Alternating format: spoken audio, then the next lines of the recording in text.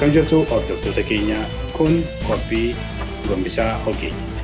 Qophiin Gombisaa Ogeeyyii akkuma maqaa isaatii ogeeyyiin garaagarii mari'achiisuudhaan karaa sarara saatalaayitii ONN isiniif dhiyeessa. Qophii kan karaa YouTube yookiin Facebookidhaanis argachuu akkuma dandeessan laayik nu gochuu yookiin immoo sheer nu gochuus hin dagatinaa. Qopheessaan Solomon Namarraati.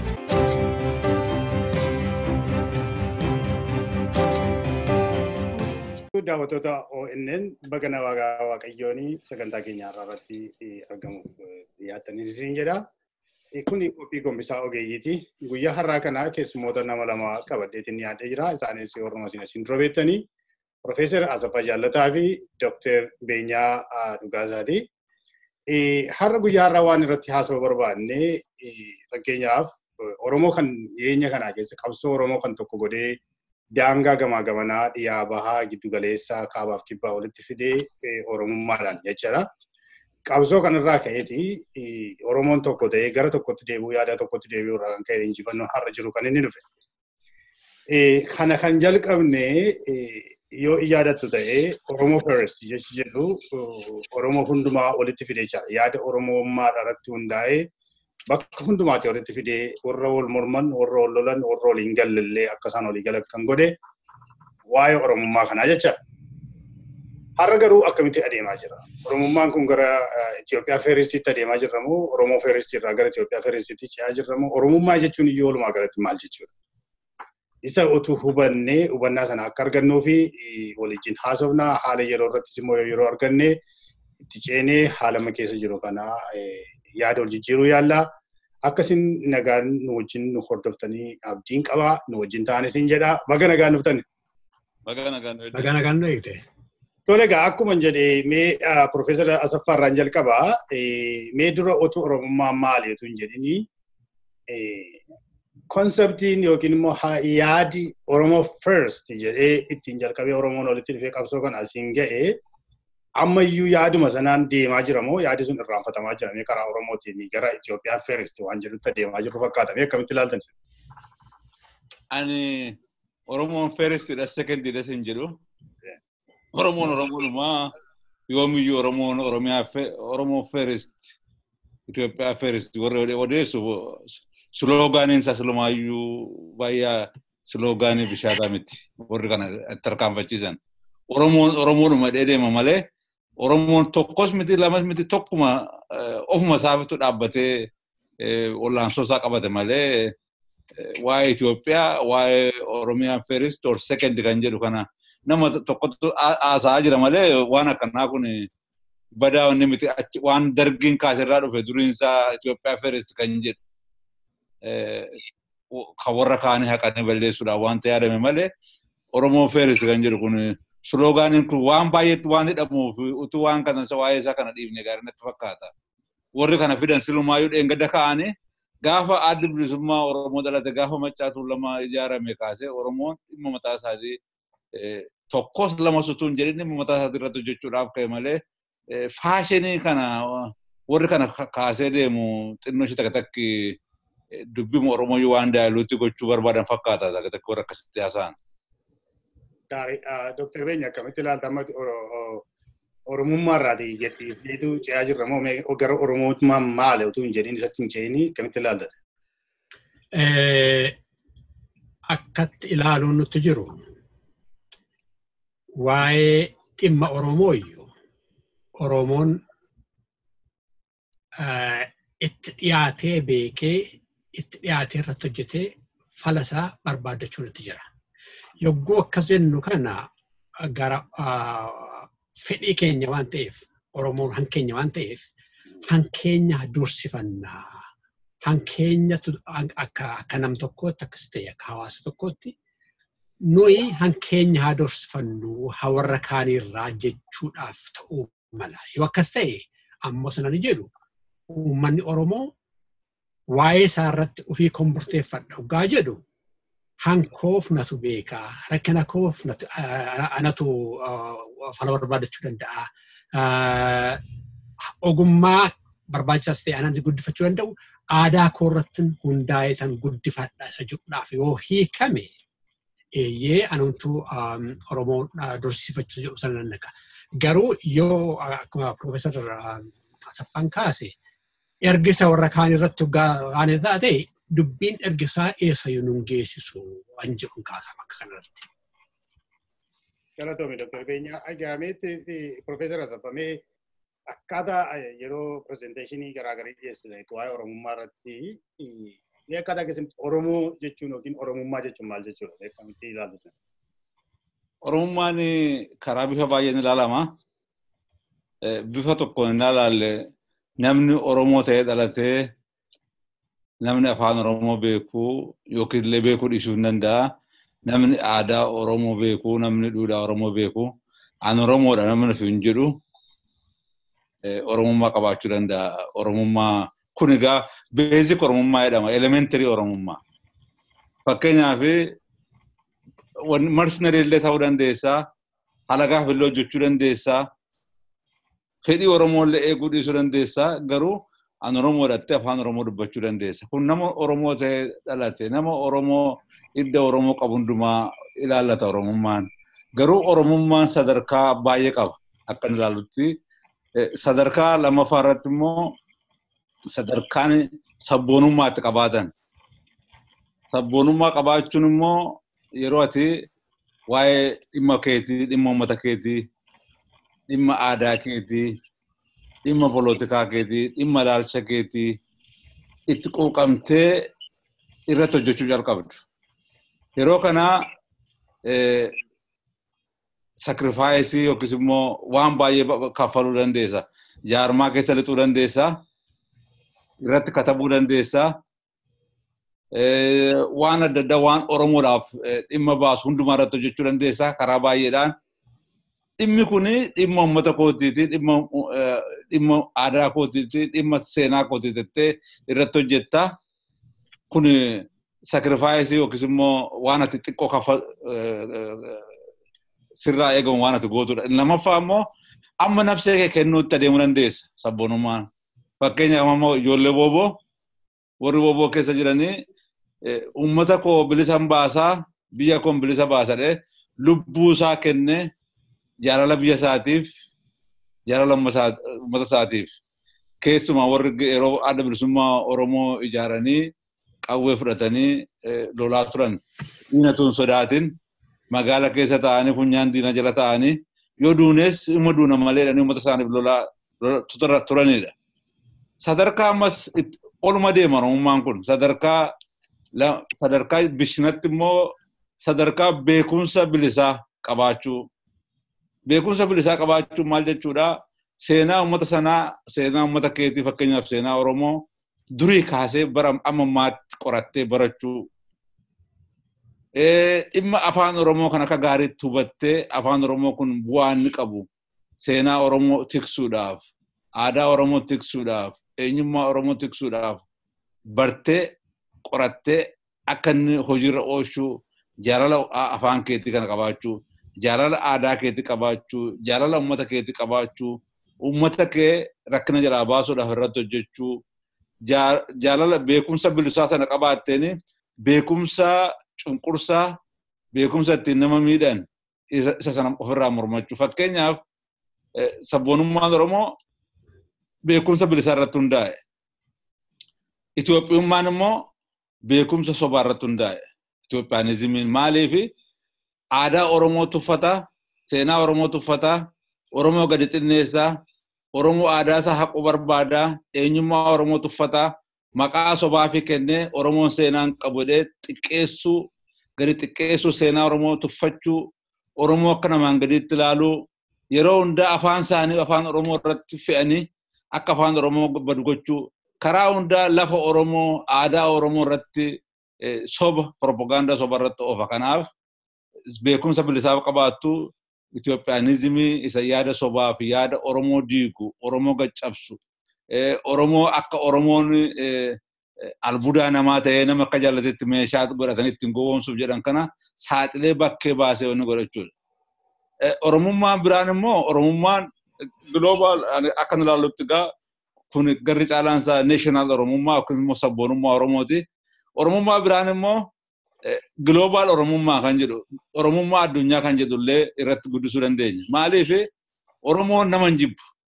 Oromoon eega of kabajee aadaa isaa kabajee biyya isaa jaallatee namoota nagaa barbaadan namoota demokraasii barbaadan namoota nama kabajan hundumaa wajjin kabajaan wajjin jiraachuu barbaada. Kanaaf Oromoon namooti dhiphoo itti sana hin qabu Oromoon maaliif global Oromummaan fakkeenyaaf pan afrikaanizimii Afrikaa gajjallaadha amma walitti ijaaruu nama hundumaa walitti qabee wajjin hojjechuu naannoo isaa jirutti immoo akkuma dura hojjetamaa ture Oromoo baay'ee ollaajjin jiraachuudhaan Oromummaa Oromseessuudhaan namoota Oromoo bira dhufan hundumaa jaallachuun ofitti qabuudhaan mootummaan Oromoo yeroo hundaa nama hundumaa haammatee wajjin deema. Kanaaf global Oromummaan multinational democracy kan jedhu tarkaanfachiisa.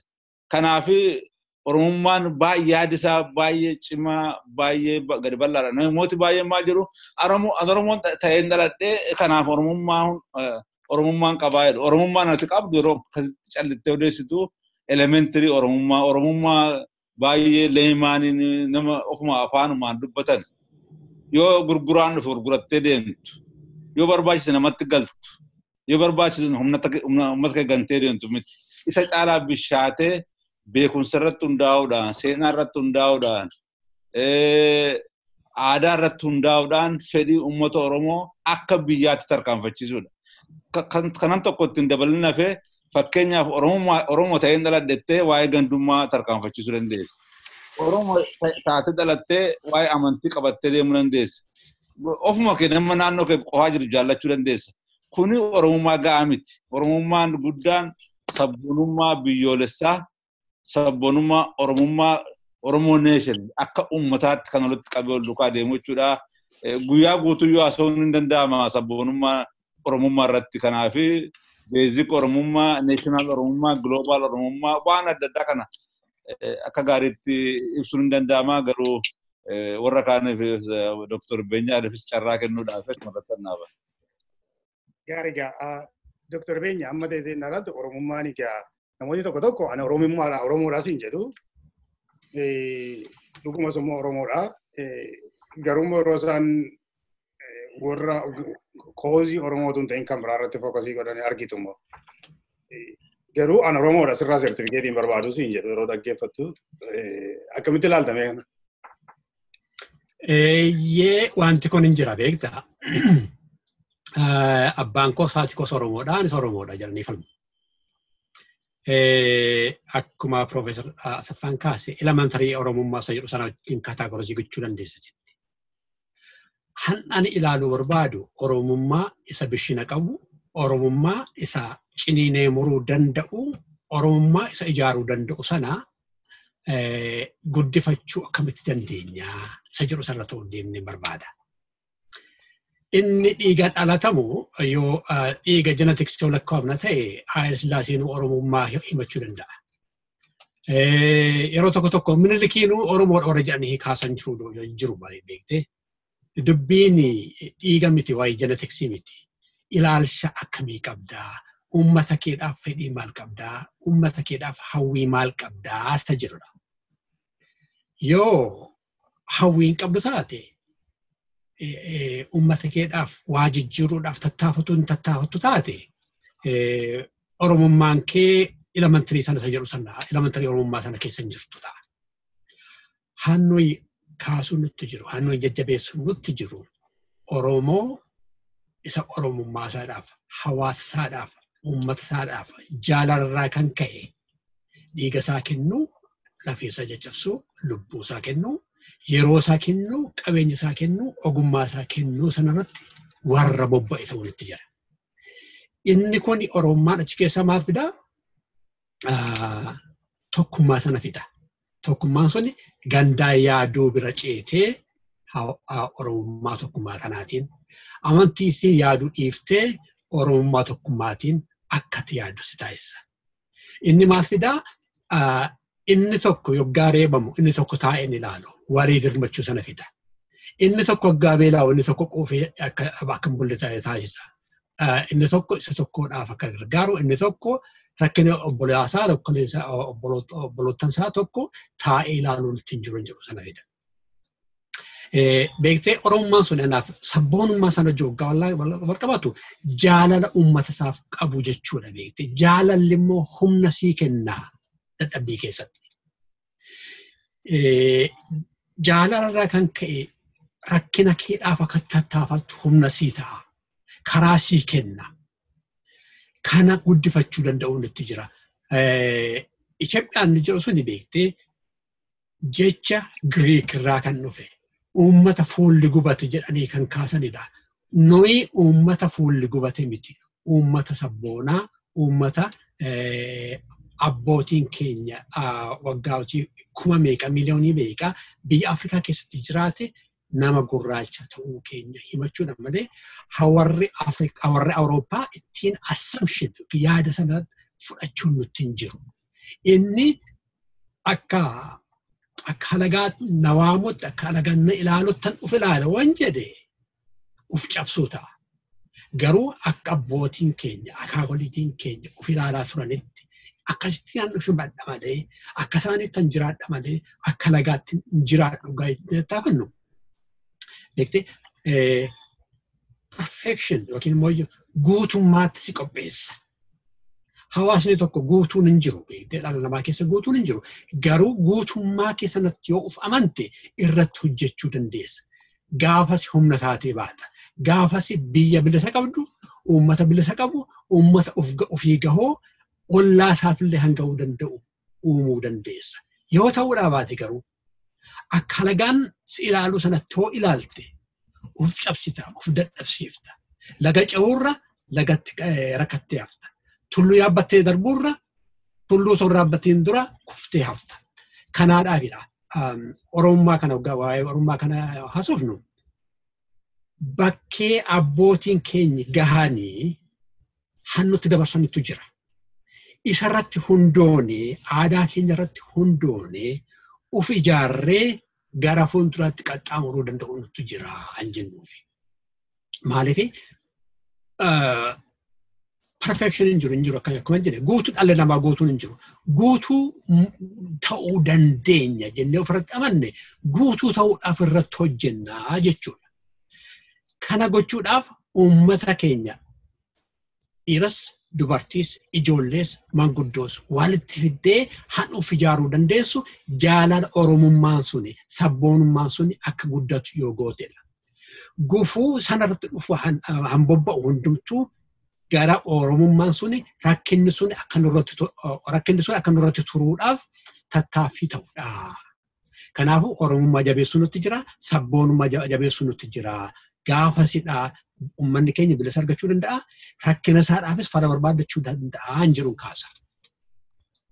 Galatoomii Dr. Beenyaa. Professor Asaffaa sila yeroon kaase waa'ee Oromoo Ferestii yeroon kaasne konseptii isaa amma Oromoo keessaa amantii garaagaraa kan hordofu jira jechaadha. Amantiin jira, Islaamummaan jira, Kiristaanummaan jira, Waaqeffataan jira, kanumti immoo wayiitii namannis immoo jira. Karaa biraatiin immoo gosis jira Oromoo keessa jechaadha. Balballi jira. Haalli kun amma qabsoo Oromoo keessatti gufuu ta'eetu yeroo baay'ee rakkisaa ture jechaadha. Bifa community kan overcome godhamee dura waan hundumaa dura Oromoo buufnee eddasii booddee gara tokkotti deebinee wal gargaarree gara amantiis baannee gosaanis walitti hidhamnee wal loluurra yookiin immoo walitti nyaara guuruurra dhiisnee akkamittiin walii jala deemuu deemnetanii yaaddu gara Oromummaatti deemu. Ila Oromummaan yookiis immoo eenyummaan maa jennume eenyummaan Oromoo afaan Faranjiitti central organizing force yookiis immoo isa waannaa hundumaa caalu jechuudha Oromoo identity eenyummaan Oromoo. Eenyummaa biraan immoo eenyummaan amantii, eenyummaan saalaa, gosi sub identity jedhamu. Eenyummaa namaa isa sanatti aanee dhufu. Duraan dursitee alta Oromoodha. Oromoo taatee Islaama ta'uu dandeessaa. Oromoo taatee Kiristaana ta'uu dandeessaa. Oromoo taatee Waaqeffataa ta'uu dandeessaa. Oromoo taatee dubartii ta'uu dandeessaa. Oromoo taatee dhiira ta'uu dandeessa. Oromoo taatee amantii dhiisuu dandeessa. Garuu Oromoodhaati. Eenyummaa kee duraan dursee kan ibsu Oromoodha. Maaliif? Oromoon eenyummaan Oromoo akka Gombisaati. Maqaa haasaa keetii kanarratti Gombisaa Ogeeyyotaa isa jettu. Akkasuma Gombisaa kana olitti qabee waan hundumaa cuunfee baatee deemuudha. Gumbii yookiis immoo gumbii jennu. Gumbii kana keessa waan baay'eetu jira. Garuu duraan dursee maqaa yoo karaa alaatti katabde Oromoo itti katabda. Oromoo sana keessa garuu waan baay'ee qabaachuu dandeessa. Fakkeenya hamma kaane hundi keenya innaa gaafanne qomoon keenya eessa innaa inni gaafadhe qomoo adda addaa natti himtu kaan warra jirru jettu, kaan giddaa jettu, kaan horroo jettu, kaan limuu jettu, kaan meeqa jettu maqaa 100 lafaa quu dandeenya. Garuu hundi isaa deebi'ee eessa dhaqaa Oromootti walitti dhufee Oromoo kana toonni gadha. Maaliif ennaa jettee fakkeenya hamma nuti iddoo adda addaatti dhalan hundi keenya. Kan afaan tokko dubbannuuf aadaa tokko dubbannuuf Oromoo waan taaneef malee mana barumsaa dhannee barannee miti afaan Oromoo. Aadaa Oromoo mana barumsaa dhannee miti. Lafuma dhalanne kanatu wanta lafatti dhalate Oromoon hundumtuu jiru. Waan tokkicha ta'eefitu afaan sanaan dubbanna. Bahaa dhaqi, lixa dhaqi, gararraa dhaqi, gajjallaa dhaqi. Hundi isaa Oromoon yoo namni afaan isaa kana humnaan qabee balleessee jalaa haqee seenata jalaa haqee malee waan wal fakkaatu haasa'a. Hundi Oromoo fakkeenyaaf waa'ee gadaasaa, waa'ee inni gadaasoo fi aadaa isaa keessa jira, Gombisaa sana keessa jira jechuudha. Eenyummaa Oromoo kan calaqqisu. Egaa karaa biraa immoo innaa ilaallee sirni koloniyaalizimii maal godhee duraan dursee waan kana caccabsee sub identities yookiis immoo eenyummaa xixiqqaa akka dagaaguuf institutionii Oromoo yookiis immoo institutionii afaan Oromootti jennaa institutionii Oromoo kana caccabse. Sirna gadaa, sirna mootummaa Oromoo, seenaa Oromoo, eenyummaa Oromoo maaliifi akka Oromoon eenyummaa isaa gaccabee gandatti galee, gosatti galee, amantiitti galee yeroo Oromoon gara baduutti ga'ee garri kaan ani kiristaana Oromoo jechuu dhiisee ani Islaama, ani kiristaana, ani lagaan waamuu calqabee ture Oromoon yeroo gate. Yeroo diinni aadaa isaa jalaa qulqulleessee afaan isaa itti cufee balleessee eenyummaa isaa itti cufee keessatti eenyummaa isaa daakuu godhee akka inni of tuffatu godhee afaan Faranjiitti inferiority complex gaafa itti uume Oromoo madhanii waamuun iyyuu yeroo saalfachiisaa ta'etu ture. Anillee jireenya keessatti nan yaadadha. Yeroon lafan itti dhaladhetti namni afaan Oromoo dubbata. Afaan Amaaraallee hin beeku, afaan biraallee hin beeku. Dammaqina nationalismii sabboonummaa qabaatetu hin ta'in dhalootuma ta'etti. Garuu Oromoo iddoo biraatti immoo lafa Amaarratti baay'atu afaan Oromoo kun irraa haqamee yoo inni afaan Oromoo dubbannu yookiis afaan Amaarinyaa caccabsinu nutti kolfanne. Na yaadadha kan. Atamitti barattee afaan Amaarinyaa dubbanne isin jedhu Amaarinyaa barachuun waantuma beekumsa guddaa ta'ee beekumsa guddaa miti. Akkuma Oromoo iddoo fedhatti barate namni Amaaraa keessatti dhalatee afaan Amaarinyaa dubbata. Afaan fedhe dubbachuu danda'a namni lafatti dhalateetti. Nuti akka of jibbinu fakkeenyaaf yeroo dhannee yuunivarsiitii galee yeroo keessatti ijoollee baay'een hin jirtu. Afaan Oromoo dubbachuu guddaan waan guddaadha. Afaan Oromoo dubbannee ol barbaanna ture. Garri kaan immoo afaan Oromoo dubbachuu saalfatanii ofitti qaana'anii sirraa baqatu. Maaliif institutioniin nafxanyootaa, institutioniin kolonii sirna kolonii Oromoo caccabsee sub identitiesii waan ol kaasee fi gandaaf gosaaf kanatti ol godhe. Yeroo Oromoon immoo dammaqee sabboontoti Oromoo jaarmaa ijaaranii Oromoo bifa haaraadhaan ijaaranii akka Oromoon an Oromoodha jedhee ofitti boonu akka Oromoon an biyyan qaba biyyi koo Oromiyaadha jedhu sabi koo Oromiyaadha jedhee wallaansoo Oromoon qabu wallaansoon Oromoo bara dheeraa kan inni fudhateef tokkoyyuu kana. Namooti baay'een wallaalumarraan kan ka'e itti duulanii Oromummaa gad cabsaa turan. Fakkeenyaaf nan yaadadhaa hiriyyaan koo tokko loltuu ta'ee wooboo ta'eetu iddoo tokko dhaqe. Iddoo isaallee himuun barbaadu. Hin qabamanii ennaan Oromoo matu qottee bulaatitti sirbee garba nuun jette cunqurfamaan hojjette ati wallaala akka keetiin tufanii dhaqanii qabanii yeroo natti mukolfamaan jedha namichi kun nama cunqursaadha bilisa baasuu dhaqeetu kolfina dhiitee akkamatti garaan kee danda'ee yeroo hundaa sabboodhaa taatee hafteennaan maalan godha gaa wallaalanii na godhanii akkan na godhanii maalan jedhadhee wanni godhe wallaansoo Oromoo lagatti kan dhiibaa ture warra akkasiiti. Ammallee wallaansoo Oromoo irratti warri babba'ee dhimma mataa isaatii faayidaa mataa isaatii hojii argachuudhaaf namaaf bitamee Oromoo gadi qabee reebaa ture Oromoodhuma. Maaliif identitiin isaanii xixiqqoodha sabboonummaa Oromoon beekan. Ammallee warra akkasii kun yeroo dhiyoo asitti akkuma argine uummata Oromoo Wallagga jedhanii uummata Oromoo irratti Oromoo warri kaan duulu barbaadu. Maaliif sabboonummaan Oromoo maal akka ta'e hin galleef by the way uummata Wallagga kan jedhamu hin jiru. Uummata Oromoo seenaa isaanii gaafa ilaalle uummata Maccaati. Uummati Maccaa immoo dhufee amma Central Oromiyaatti adeema. Iluu Baaburarra bahee Jimmarra bahee Wallagga kana maqaan sana calluma dhee maqaa administrative colonial system itti kenne maqaatti kaa'anii akka Oromoon achi jibbamu godhanii akka kuchiisuu warri barbaadan jiru. Warra akkasii kun dhimma mataa isaanii warra dursan eenyummaan Oromoon central organizing Oromoo identity warra hin gallee fi warra ganaa dammaqinni isaanii national Oromummaa sabboonummaan akka gaariitti mataa isaanii lixeen bishaatiin jiru.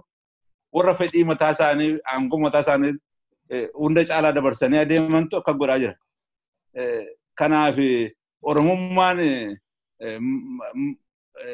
central identity uummata tokko kan irratti hundaa'u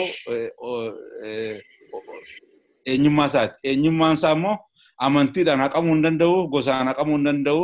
Gosis gaarii, amantaanis gaarii garuu iddoo Oromoo hin bu'an isaan maqaa Oromoo jedhu sun hin bu'an.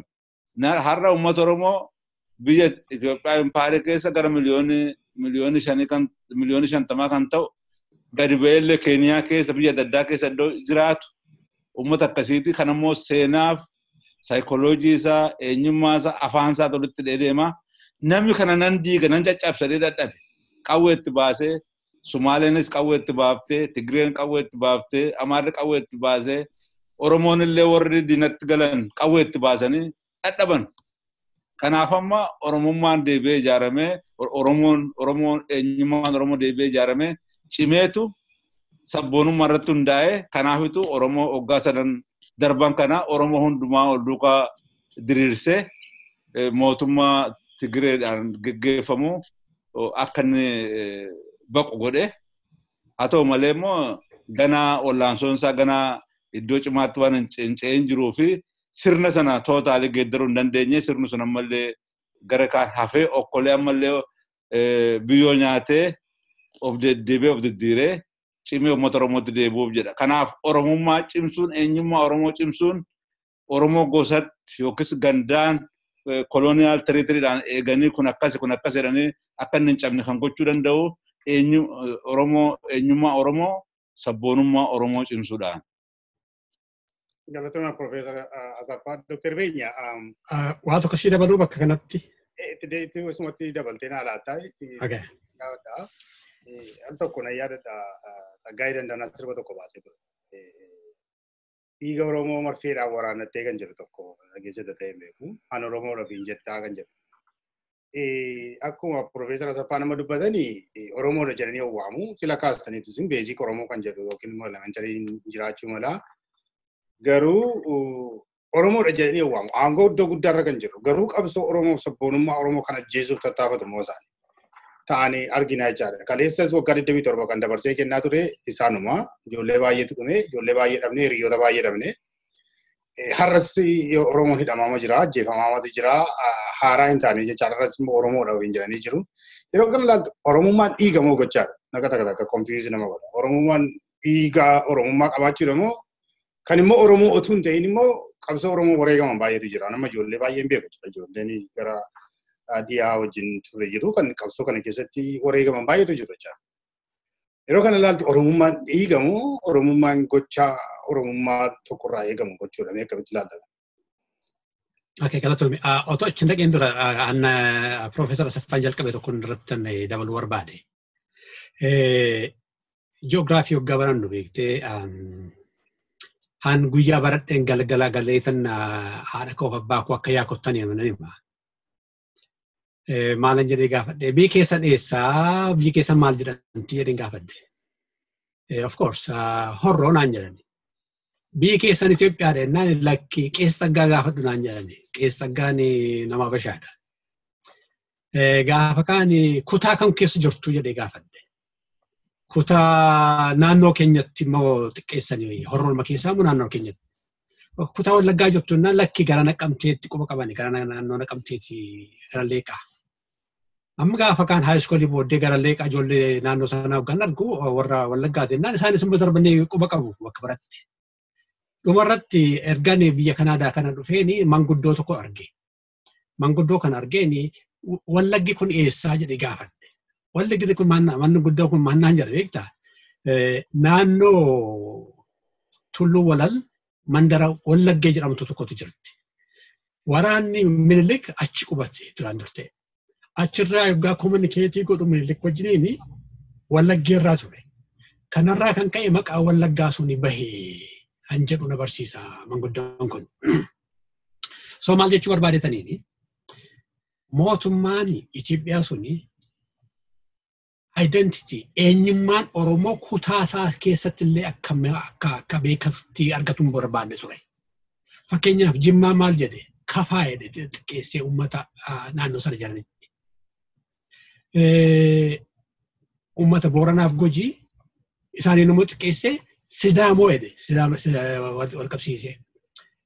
Uummata Oromoo naannoo bahaa jiran Hararii jedhe Harar jedhe.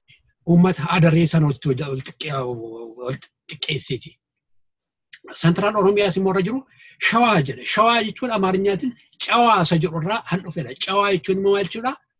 Warra afaan Amaaraa dubbatu Ortodoksii warra ta'e jechuudha. Uummata Oromoo hundumaa bakka hundumattuu xixiqqeessaniiti eenyummaan Oromoo akka keessaan hin mul'anne taasisanii. Kuni dhiibbaa guddaa qaba. Oromoota gaafas mana barumsaa turreef warra isa keessaa gar tokko keessaatti bahuu tattaafanne yookiin baanerraa gar tokko immoo achuma keessatti liqimsamanii warri hafan hedduu isaaniitu jiru. Gaaffii keessan maxxansi deebi'a. Namoonni kun beektee mana barumsaa dhaquun biyya Faranjii keessatti akka fakkeenyaaf naannoo Provinsi amma jiru kan irratti poolitikaa guddaa mana barumsaa irratti guddaatu deemaa jira. Mana barumsaatti ijoolleen keenya maal bartee maaliin bartu? Hankeenya uummanni keenya ijoolleen keenya maal bartii jedhee gaaf tokkoyyuu murteeffatee hin beeku. Har'ayyuu murteessan yeroo ittiin fakkaatu. Achitti beektee ijoollee qaroo Oromummaa isheetiin boontu, Oromummaa isheetiin gammaddee, Oromummaa isheedhaaf tattaafattu guddifachuu dandeessa. Hamma yoonaatti garuu kan ta'aa ture manni barumsaa Itoophiyaa suni yoo danda'an Oromummaa sana doomsanii Itoophiyaan suni sammuu isaanii keessatti akka ititu gochuudhaaf tattaafataa turan. Jaroonni kaleessas maqaa Oromummaatiin uummata Oromoo reebaa turan, ajjeesaa turan. Warra mana barumsaa akkasii keessaa bahanidha. Warra achuma keessatti hafanidha. Warri kaan keessaatii bahuudhaaf tattaafanne yookiin baaneerraa warri keessatti hafan immoo Itoophiyaan sana matumayyuu sammuu isaanii keessatti qaacila. Achi keessaa bahuu hin dandeenye. Achi keessaa bahuu wanta hin dandeenyeef Oromoota warra bahan keessaati warra bahuudhaaf tattaafatu akkam baatuu jedhanitti roorrisu. Jireenyi garbummaa sammuu isaanii garboomee sanarratti isaanii ulfina isaaniif ta'eera. Horii itti argataniiru. Argaan suni wanta horii kenneefi aangoo kenneefiif. Isheedhaaf jedhanii uummata Oromoo warra qaroo warra waa argee jireenya sana keessa jiraachuurra keessa ba'uutu naa wayyaa. Bilisummaa qabaadhee jiraachuun natti jira. Uummanni koo bilisoomuu nutti jira jedhu irratti kanaaf bobba'aa jiru. achi keessa jiraachuun maal fide jechuudha. Waan tokko sitti kaasuun barbaada. Yaanni tokko beektee waan guddaa fida, waan guddaaf keessa qabaachuu danda'a. Kan laga si ceesuu danda'u yaada. Kan laga keessatti, dhoqqee keessatti kan si hambisuu danda'us yaada. Yoggaa fakkeenyaaf yaada sammuu kee keessatti hansii itite takka yogguu odeeffannoo ta'e argattu, odeeffannoo waan hundarree ta'e argattu. Isa si itite isa sammuu kee keessatti itite wajjin walitti fidatta. Yoo Itoophiyaan suni sammuu kee keessatti itite yoo ta'e fakkii minilikeetiinidha odeeffannoo funaannatta. Odeeffannoo kee hanqindeeffattu sanyii akka minilik ilaalu salaatiin ta'a. Akka minilik yoo ilaalte bareedina Oromoon arguu hin dandeessu. Jabina Oromoo arguu hin dandeessu. Badhaadhina Oromoo arguu hin dandeessu. Abdii hawwii Oromoo arguu hin dandeessu. Garuu immoo inni naaf hin ta'u. Sammuu koo keessatti han itituun itti jiru Oromummaadha yoo jette sammuu kee keessatti odaatu jira, gadaatu jira, siiqeetu jira. Achi keessatti maal argita? Guddina Oromoo, jabina Oromoo, gootummaa Oromoo, beekumsa Oromoo sanatu achi keessatti guddata. Yoggaa akkasitti akka adda addaatti yoggaa ilaaltu kun akka san Oromoo sanatti yoggaa yaaduutti kaatu achi keessatti beekte of guddifta. Hawaasa kee guddifta. Rakkina keedhaaf fala barbaaddatta. Fakkeenya tokko siif fuudha. Yogguu 1948 or 50 yogguu biyyi Israa'el har'aa kun uumamte akkuma biyyoota ollaa busaan nama rakkisi turte. Namoonni Israa'el har'aa kun yoggaa deebi'anii qubachuutti qaani maal godhanii biyyi keenya keessatti dhukkubni kuni nama keenya gaaga'uun ittiin jiran jedhu fudhatanii irratti hojjetanii har'a busaan biyya isaanii hin jirtu biyya ollaa isaanii garuu jirti. Yogguu biyya isaaniitti deebi'an biraa immoo biyyi isaanii akkuma biyya ollaa biyya gammoojjii taateetti. Biyya keenya bosona uffachuun itti jirti jedhanii murteeffatan. Har'a biyya naannoo sana caalaa hunduma isaanii caalaa biyya isaanii magariisutti uwwisan.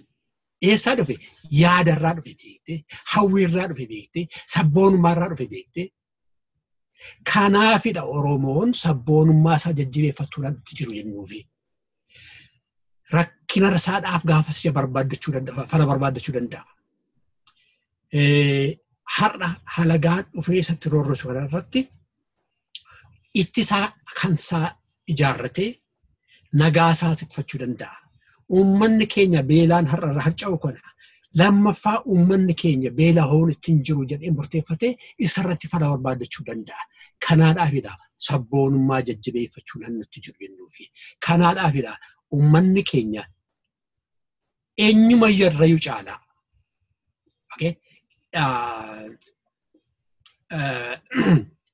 Qomoon Oromoo keessatti hambira hedduu jiraachuu danda'u.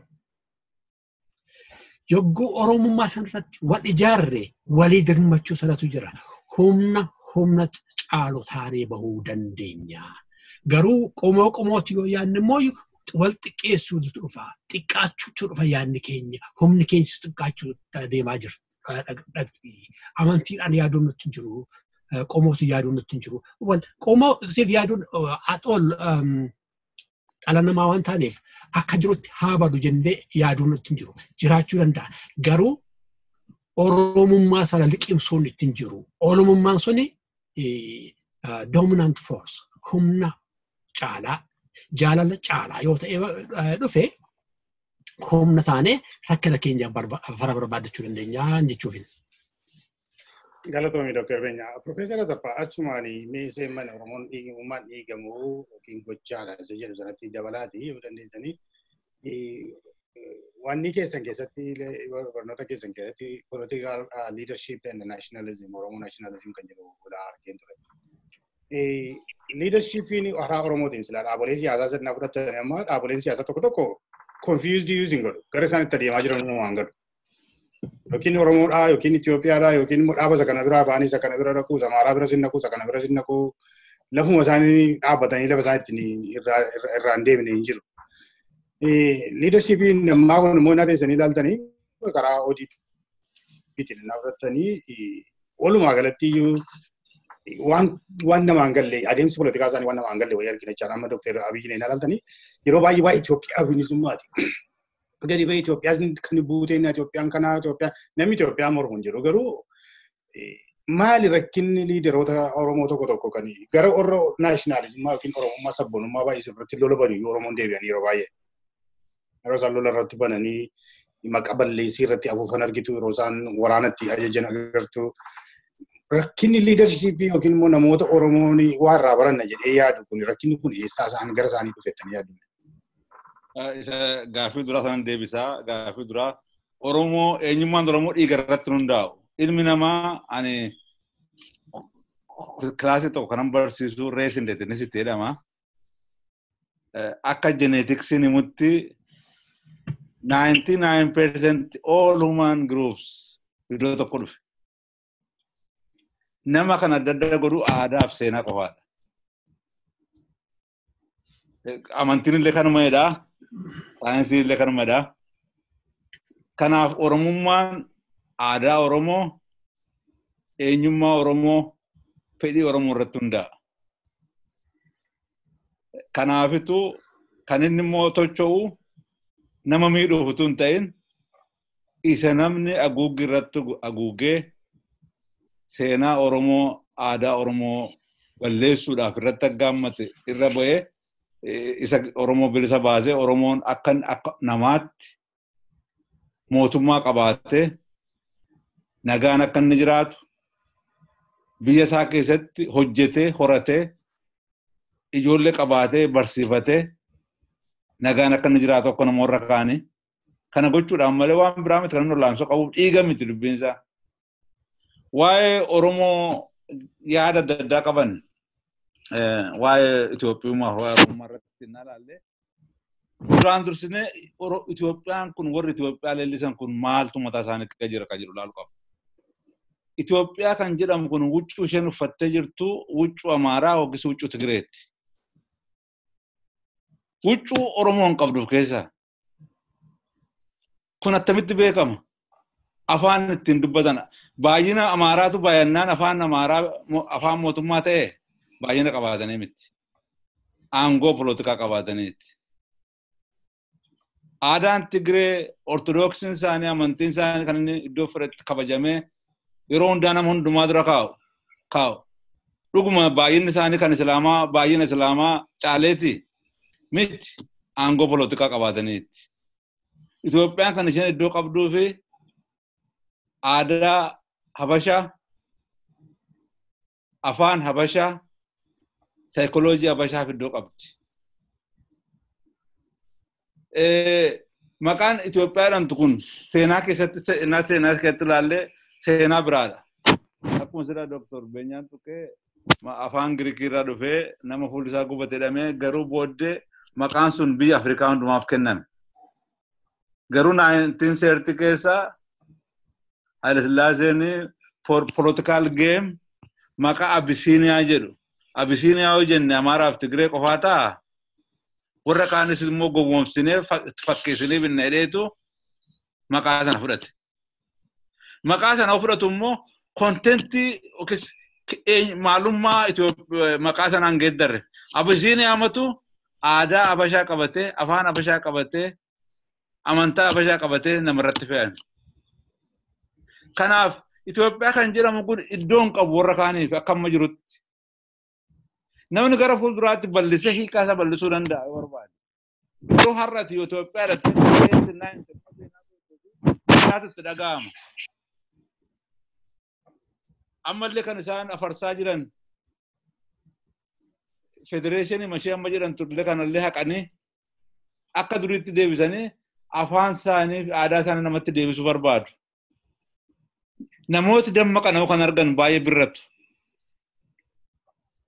Federeeshiniin isaanii kun immoo kan inni irratti aggaammatu Oromiyaa ishee jedhamtee waamamte biyya guddoo kana caccabsanii akka ummati Oromoo saayikooloojii tokko ol duukaa hin qabaanne akka isaan ol duukaa dhaabbatanii hin fille akka isaan ol duukaa dhaabbatanii mootummaan ijaarranne gochuudhaaf caccabsanii isaan akka isaan yaadanitti gowwoomsineetu maqaa kana irratti feenee gara fuulduraatti adeemnaan yaadu. Amma hoo jedhan kan nama dhibu kaan Oromoon bilisayyuu baheeraa jedhu. Kaan immoo amma Oromootu geggeessaa jira jedha. Yoo dhuguma Oromootu biyya sana geggeessaa jira akkamittiin ilma Oromoo tokko duula ilma biyya tokko mandara tokko irratti wallagga duula irratti bana. Ilma Oromoo tokko.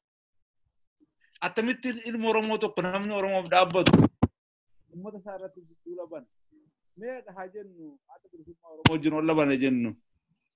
Hoogganaa adda bilisummaa wajjin ol labane. Isaanuma wajjin ol baasanii ol loluu Sagaleen keessanii nukkaamama xinnoo Professor. Mootummaa amma tam. Amma gaarii. Mootummaa Oromoo tu ta'e tu bilisa qabaate akkas. Amma warri Itoophiyaa jedhanii fiigan kun Oromoodhaaf utuu iddoon kennin. Aadaa Oromoodhaaf utuu iddoon kennin.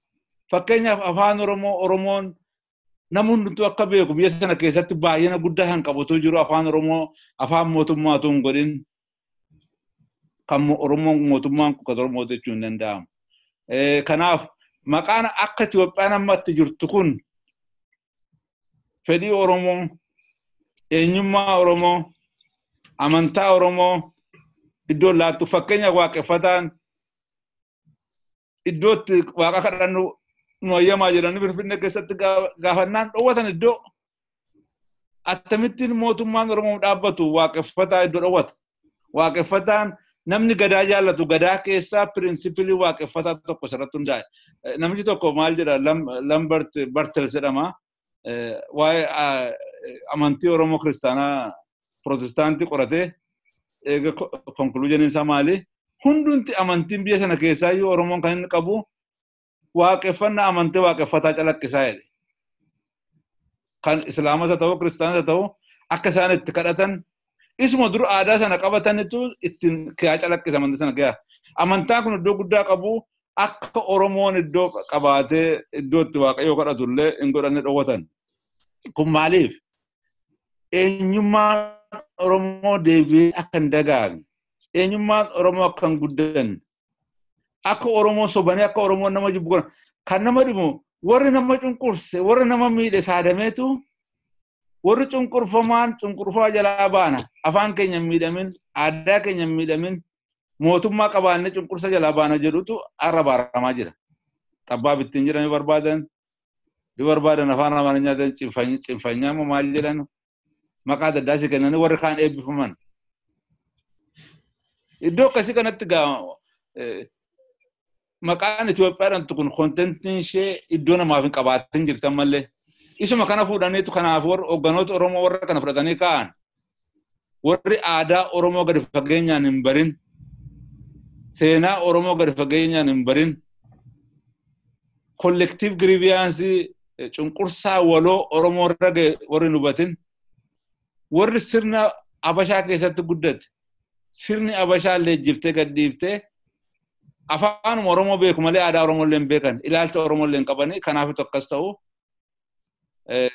Akka isaan baratanii aadaa Oromoo seenaa Oromoo baratanii uummata Oromoo illee nama miidhuuf akka wallaansoo hin qabne. Uummata Oromoo akkuma warra kaanii nama biraan ol waan barbaadu hin qabu.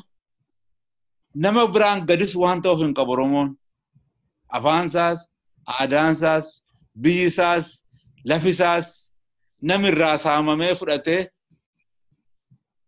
dhufanii lafa Oromoo irraa saammatanii aadaa Oromoo caccabsanii maqaasaa balleessanii kana gochuun akka hin danda'amne. Kanallee dhaabuu hin dandeenye mootummaan Oromoo kan jedhamu kun. Amma yennaa dhiyoo kana na laaltan Oromoo naannoo Finfinnee na laaltan lafa durraa fudhatamee hin bu'aa jira karaa irratti kufee. Iddoo jirutti Oromoo irraa lafa fudhatamee gurguramaa ari'amaa yoo dubbate immoo qabanii hidhaa. Ijoollee Oromoo iddoo jirutti guuraniitu qeerroo hidhaa jiran. Maal goote qeerroon wallaansoo qabdee Oromummaa calaqqiste malee amma Oromummaa calaqqisuun eenyummaa ofii calaqqisuun alaabaa ofii baadhachuun huccuu uffachuun iyyuu yeroo kiraa miti ta'e irra geenye jirra. Kanaaf warra akkasii kun keessa deebi'anii akka isaan aadaa Oromoo baratan, eenyummaa Oromoo baratan. Yoo dhuguma immoo gadaa isa jedhan kana gadaan afaaniin hin ta'u. Gadaan hojiirra ooluu qaba. Amma abbaa gadaa hidhuu calqaban.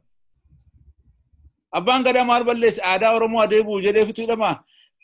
Aadaa Oromoo keessatti abbaan gadaa nama kabajamaa, nama iddoo guddaa qabu hidhamuu hin jiru. Attamitti dhuguma mootummaa Oromoo ta'e abbaa gadaa hidha. Amma yeroo tokko tokko dhageenyu yeroo dhiyootti maal jedhu yeroo abbaan gadaa nagaa buufnaa lolliis hin ta'uudhaan sibiiluu adda bilisummaa Oromootitti hin jedhu.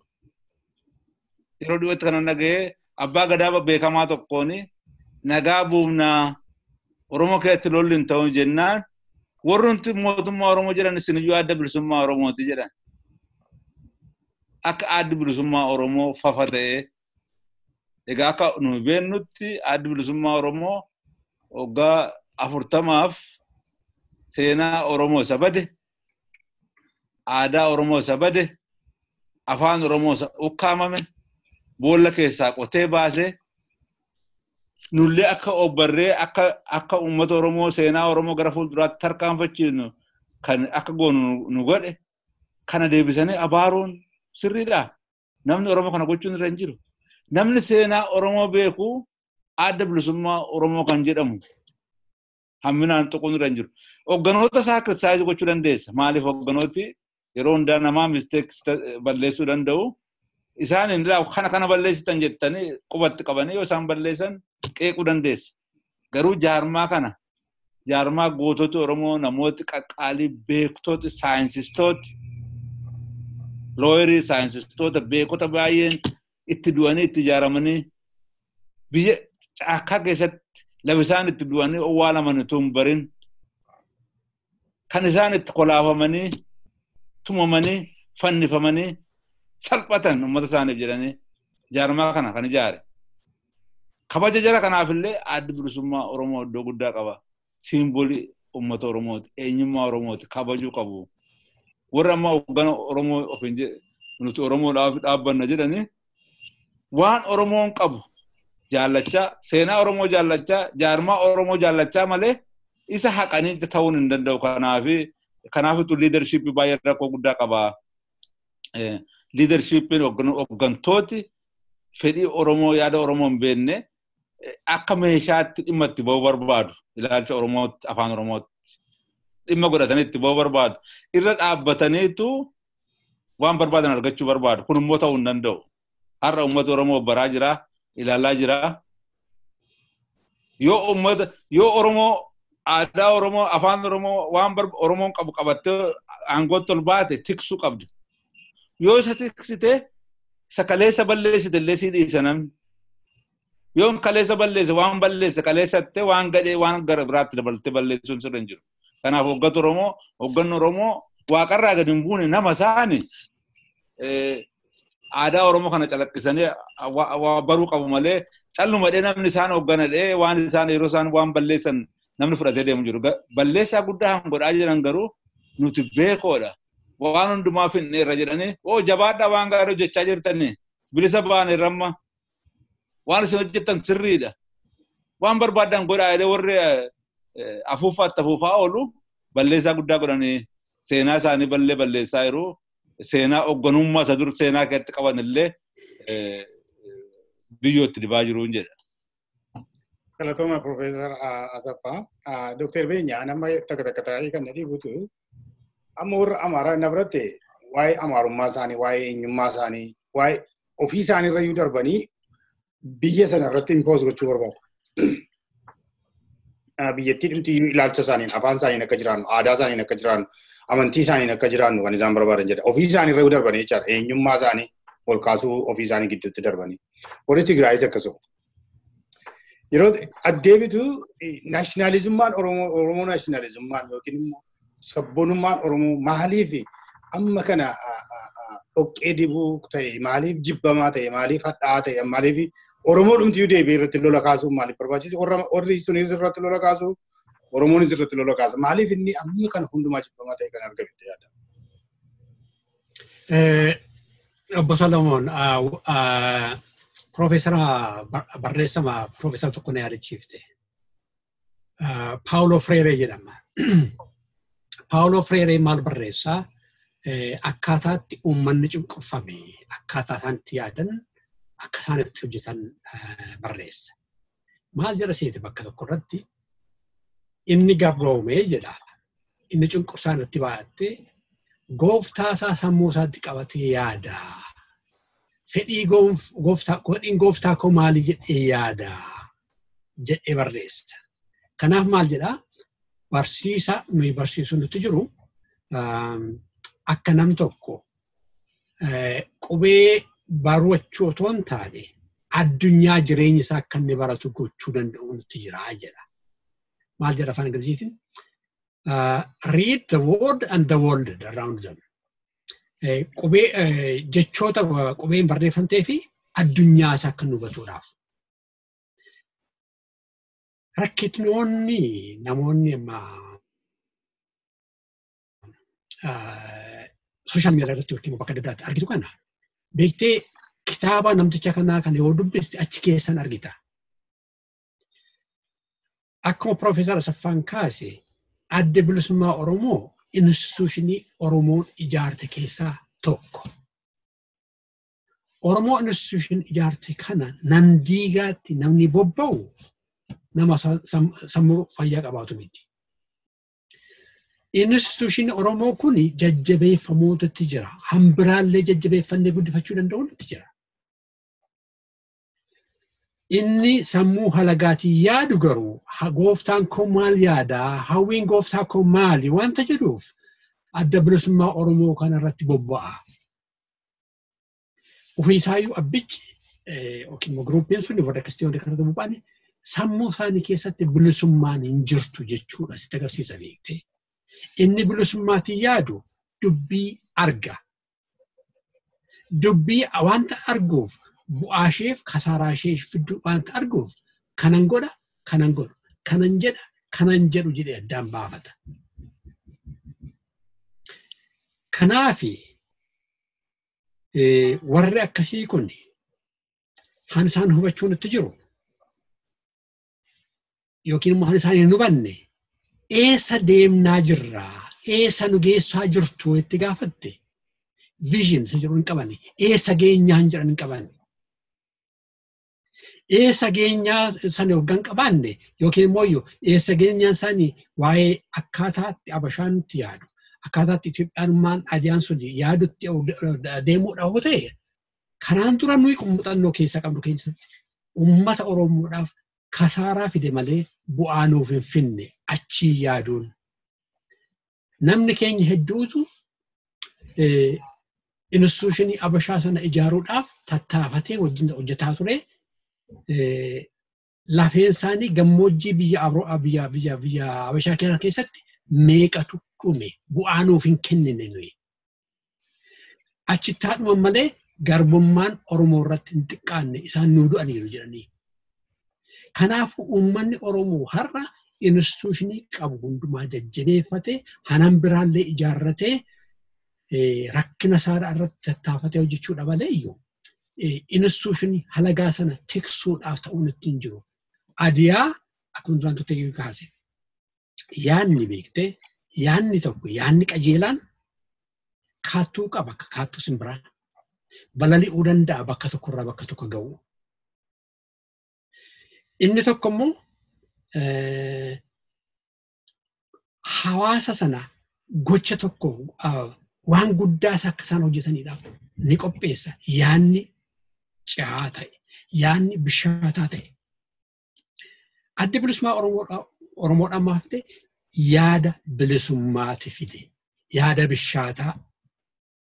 Gaafa Elamoo Qilxuufaa bahatti bilisummaadhaaf jedhanii gaafatan gaafa dhokaasanii uummata Oromoo bilisummaa Oromoodhaaf qawwee dhokaasan han achitti taate sun achitti nafne beektee kaattuu qabdi yaanni bishaataan achii kaatee biyya Oromoo kana waliin geesse har'a. Yaada bishaataa waan ta'eef.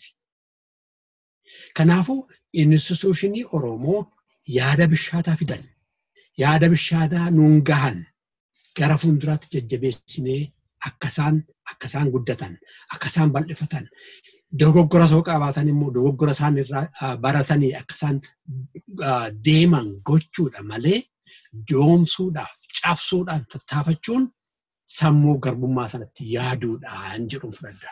Fakkeenya tokko nasiifatti nama beektaa? Maal jedhanii faranjiin personal is political jedhani. Muuxannoo kan kee yoo reflektii goote realitii sana agarsiisuu jechuuf barbaadetanii. Yeroo maatiin koo warra Habashaadhaa fi qotee irboo kaffalu ture. 1/4 of their harvest. Afur keessaa tokko warra Habashaaf kennu ture. Warri keenya yeroo Haayile Sillaasee sana jireenya ulfaataa keessa turan. So kanarraa kan ka'e maal yaadaa ture? Gaafan 8 fixee dhiiseen galeen qotaa malee bakka biraa deemee barachuu hin danda'u waan jedhuuf sammuu keessaan qaba ture. Riyaalitiin kun ayyamu ture. So maal ta'e sabboontonni gaafasicha turan naannoo sana turan. Sabboontonni naannoo sana turan akka Imruu Ibsaafa bara dhuftu high schooliin asitti banamuun itti jira jedhanii murteessan. Sabboonaa uummata isaa jaallatu asitti jaarrachuun nutti jiraa jedhe. Uummata warra waa qabuu danda'u, warra waa kontribiitii gochuu danda'u gaafate manni barumsaa salgaffaan bara dhuftu jalqabe jira naannoo sanatti. Kanarraa kan ka'een high schoolii fixuu danda'e. Sabboonummaan carraa namaa banaas jechuu barbaadetanii. Sabboonummaa sanarraa kan ka'edha carraan sun naa baname. Waa'ee laand riifoormii sanas gakaaftu sabboontota Oromooti laand riifoormii sana kan fide akka Zagayyaas fa'aa sabboontota Oromoo warra adda bilisummaa Oromoo warra uuman keessaa tokko. Instituushinii akkasii irratti bobba'uu jechuun hammina caaludha. Warri kaleessa eenyummaa isaanii hin beekne. Han Habashaan isaan ergachaa baate. Yoggaa Habashaan taa'ettu teessu taa'an. Yoggaa isaan ka'ii jiran ka'an. Har'a immoo dhufanii adda bilisummaa Oromoo muuxannoo hamma kana han ijaarrate kanatti yoggaa babba'ani eessa turtanii? Isiniinuyyuu aangoota qopheesse directly or indirectly gocha tattaaffii adda bilisummaa Oromoo ta'uusaan akkamitti hubachuu dadhabdanii. Otoo adda bilisummaa Oromoo qeerroon kakaafne ta'e, otoo adda bilisummaa Oromoo bosona taa'ee tattaafatu ta'e, wayyaaneen gonkumaa achi hin baatu turte. Achi immoo wayyaaneen hin baane jechuun immoo warri amma aangoo qabatan kun 4 kiiloo sana keessa galuu danda'an ture. Kuni dhibbatti isaaniif ifaan mul'achuu nuti jira. Waan ta'eedhaaf adda bilisummaa Oromoo irratti bobba'uun isaan irrattuu kasaaraa fida. Sabboontummaa Oromoo sanadha han paalasii Minilik sanatti isaan gashi. Sabboonummaa Oromooti. Deebi'eema. Sabboonummaa Oromootu qeerroo ijaaree qeerrootu falmii isaatiin achi isaan gashi. Waan ta'eef kabajaa qabaachuufiin itti jiru. Soomni hololli isaaniidhaafis bu'aan qabu. Instituushinii Oromoo irratti sooba bobba'uun isaanumaanuu credibility dhowwata, amantummaa isaanii dhowwata. Kana irratti bobba'uun isaaniitti hin jiru jechuu barbaadeen gabaabaatti. Baay'ee galatoomii Dr. Beenyaa. Professor Asaffaa Mee gara sabtaan tutuun darbini waa'ee Oromoo kana naasaa olle baay'ee yoo haasofna. Sabboonummaa Oromoo yookiin immoo Oromoo naashinaalizimmaa balleessuun hin danda'ama waraanaan bifa kanaan akka isaan deemaa jiran kanatti amma waggaa 27 ajjeesaniiru, hidhaniiru, isa duras godhaniiru, amma immoo bifa haaraa qabate jira. Duras kan ajjeesaa ture Oromummaa aangoorra jiru. Duras kan hiisisaa ture Oromummaa aangoorra jiru. Akka waan namni biraan kaleessa hidhee immoo dhufnee hiinnee jedhaniitu haasa'utti fokkorochaa. Kan hidhaa tures isaanii namni biraan hin hiine jecha. Bifa kanaan hidhuun ajjeesuun yookiin immoo balleessuun yookiin waraanatti banuun meeshaa qabna jedhanii fokkoruun naashinaaliummaa balleessuun danda'amu maaluma ishee uttammeessaa deemattanii yaaddume. Namni Oromoo naashinaalizimii balleessina yookiis immoo xinneessina yaadu namu abjuu keessa jirudha. Oromoo naashinaalizimiin ani barbaadeef, ati barbaadeef, Dr. Beenyaan barbaadeef, Obbo Garbiin barbaadeef yookiis dhiiseedhaan miti kan inni guddatu kan inni xinnaatu.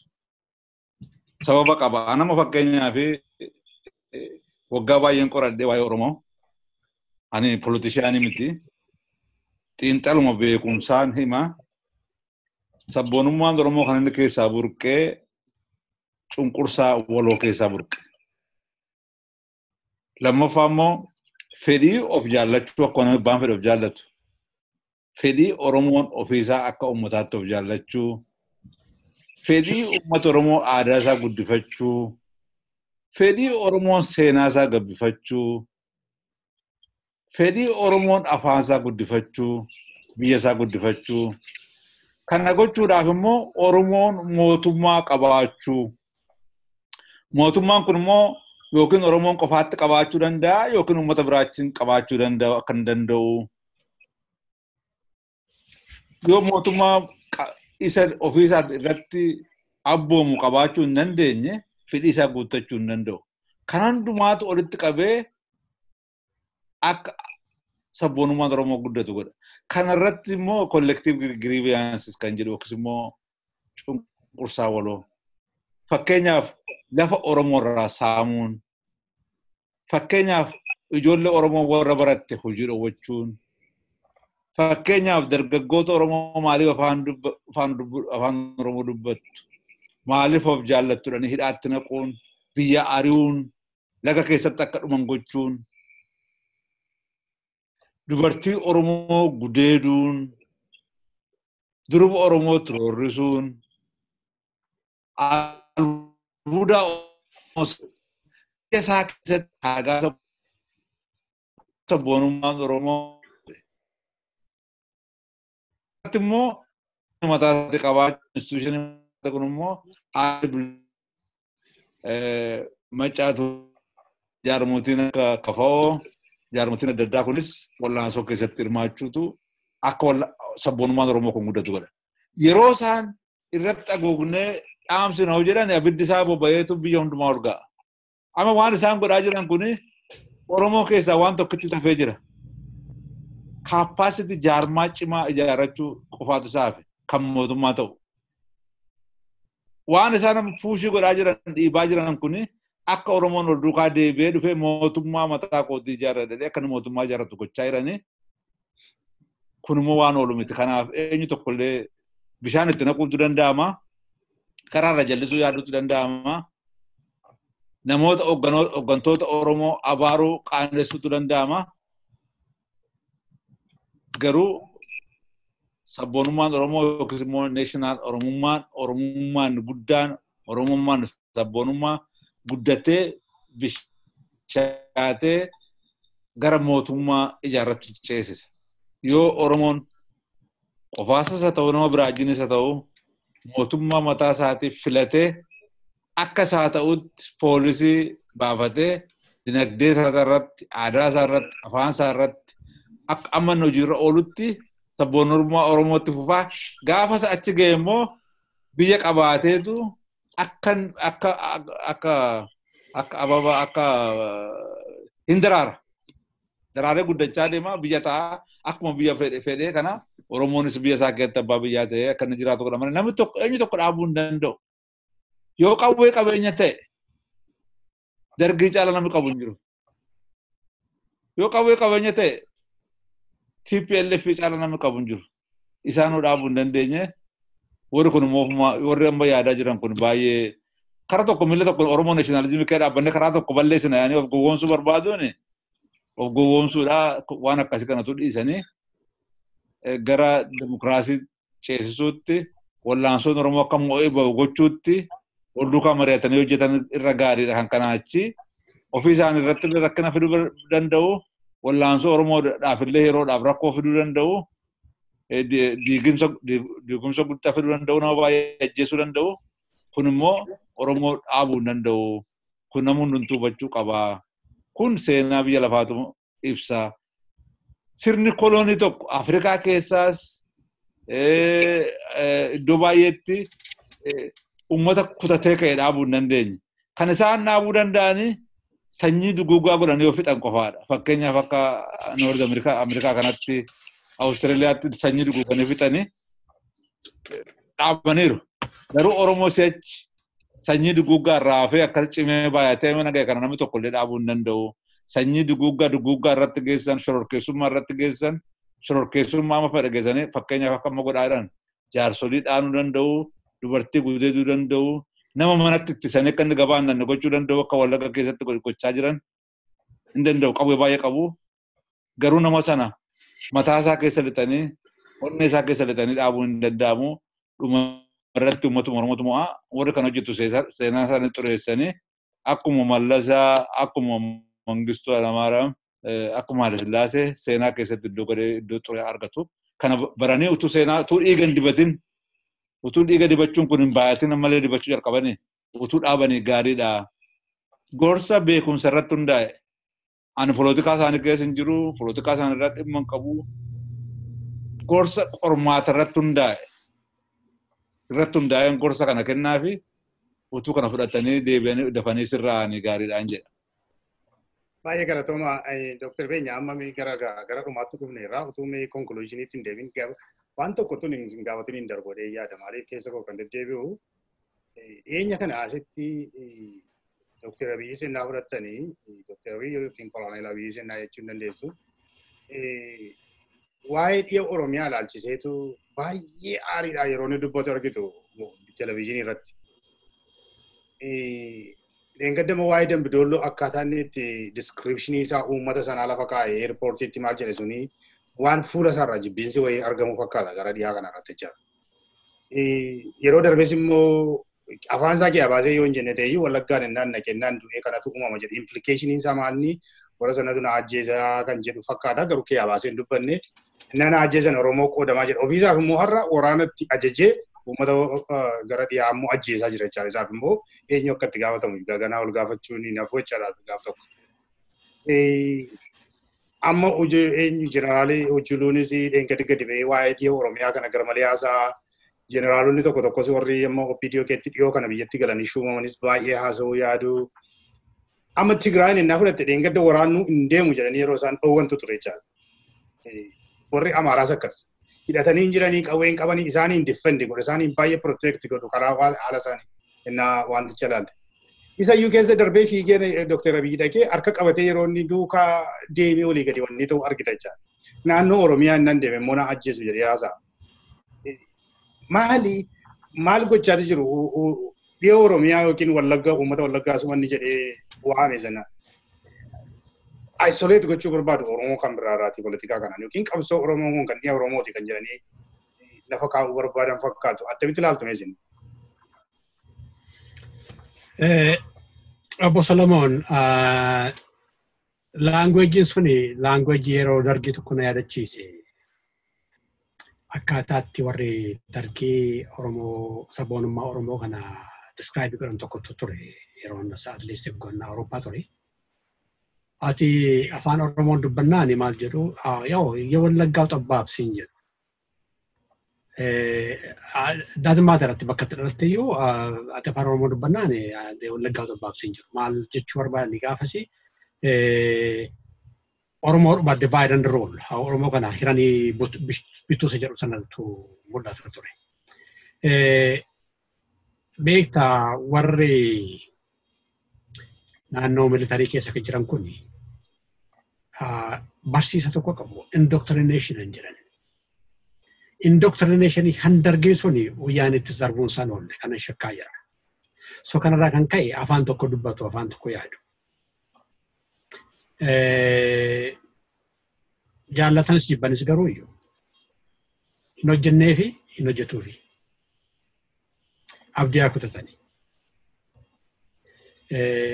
Sabboonummaan beekti. Otoo warra miseensota adda bilisummaa Oromoo har'a nyaannee fi addaaknee fi na jedhanii sabboonummaa Oromoo dhaabuu hin danda'an.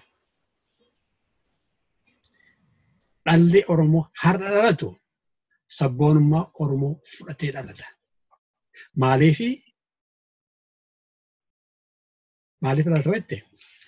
Jireenya addunyaatu beektee yogguu collectively walii taatee wajjin hojjettee guddachuu sitti jirutu jira. Addunyaan dorgommii guddaa keessa galtee jirti. Uummanni Oromoo akka nam tokkootti dorgomuu hin danda'u complex awaanii kana keessatti. Kanaafis akka tutaatti akka groupiitti wal ijaaree gara fuulduraatti deemuu danda'u isatti jira.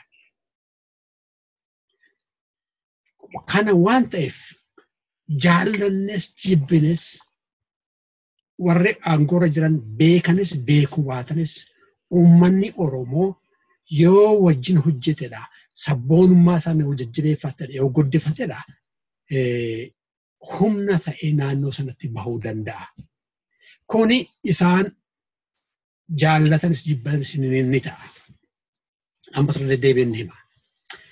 Yaanni bilisummaayyuu kaattee qaba hin balalisaa bakka hundumaa ga'eeraa hin ga'aasaan bakka keessoo jiraate.